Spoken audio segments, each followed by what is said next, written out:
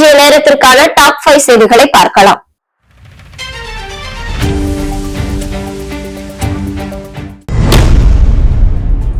உத்தரப்பிரதேச மாநிலம் வாரணாசி மாநகராட்சி புதிய உத்தரவுகளையும் வழிகாட்டு நெறிமுறைகளையும் பிறப்பித்துள்ளது. அதன்படி பொது இடத்தில் எச்சில் துப்பினால் 250 ரூபாய் அபராதம் விதிக்கப்படும் எனவும், தெருநாய்களுக்கு உணவு வைத்தால் சம்பந்தப்பட்ட நபருக்கு 250 ரூபாய் அபராதம் விதிக்கப்படும் எனவும் உத்தரவிட்டுள்ளது.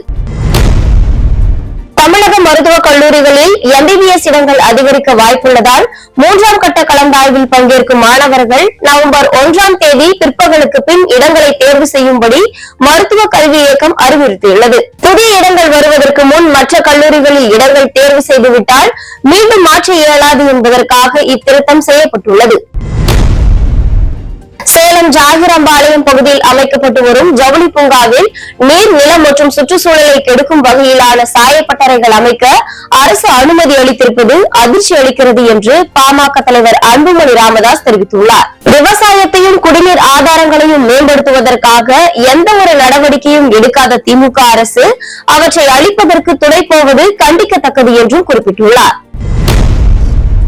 உச்சநீதிமன்றத்தின் 53வது தலைமை நீதிபதியாக சூரியகாந்த் நியமனம் செய்யப்பட்டுள்ளதாக குடியரசுத் தலைவர் திரௌபதி முர்மு அறிவித்துள்ளார். தற்போதைய தலைமை நீதிபதியாக DR கவாயின் பதவிக்காலம் வரும் நவம்பர் 23ஆம் தேதியுடன் நிறைவடைவதை முன்னிட்டு நவம்பர் 24ஆம் தேதியன்று புதிய தலைமை நீதிபதியாக சூரியகாந்த் பதவியேற்க உள்ளார்.